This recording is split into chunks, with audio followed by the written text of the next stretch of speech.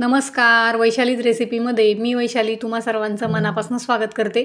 सर्वात अगोदर सर्वांना नारळी पौर्णिमेच्या खूप खूप शुभेच्छा। आणि या नारळी पौर्णिमेनिमित्तच आज मी तुम्हाला नारळाच्या दुधातील मस्त अशी खीर दाखवणार आहे। तर त्यासाठी मी इथे 3 चमचे साजूक तूप घेतलेले। हे जे तूप आहे ते आपल्याला गरम करून घ्यायचे। एकदा हे गरम झालं की त्यात आपण ड्रायफ्रूट्स टाकून घ्यायचे आणि ते लालसर रंगावर आपल्याला तळून घ्यायचे। हे ड्रायफ्रूट्स तळत असतानाच आपल्याला यात थोडीशी खसखसही टाकून घ्यायची, जेणेकरून खसखसही या तुपामध्ये छान अशी तळली जाईल। तर आता यामध्ये मी थोडीशी खसखसही टाकून घेणार आहे आणि तीही आपल्याला लालसर रंगावर भाजून घ्यायची।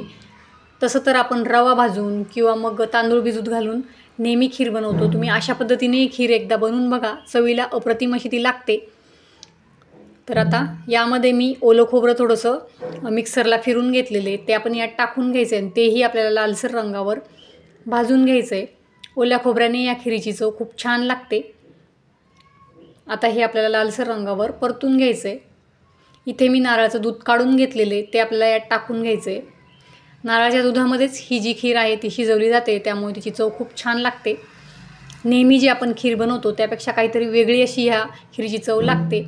इथे मी आपण जो भात बनवतो तो थोडासा मिक्सरला फिरून घेतलेला आणि तो मी यात टाकून घेतलेला आहे। याने आपल्या खीरीला मस्त असा दाटसरपणा येतो आणि चवही छान लागते। केशरयुक्त थोडंसं दूधही मी यात ॲड करून घेतलेलं आहे आणि ही संपूर्ण जिन्नस आपल्याला व्यवस्थित मिक्स करून घ्यायची आणि या खीरीला आपल्याला 2 बॉईल काढून घ्यायचे आणि झटपट अशी आपली खीर इथे बनवून तयार होणार आहे। यात चवीपुरतं मी थोडंसं मीठ टाकून घेणार आहे। कुठल्याही गोड पदार्थामध्ये मिठाने त्या गोड पदार्थाची चव खूप छान होते, तर तुम्ही मीठ जरूर ॲड करा। आता आपल्याला साखर तुमच्या आवडीनुसार यात टाकून घ्यायची, तुम्हाला किती गोड हवं त्याप्रमाणे।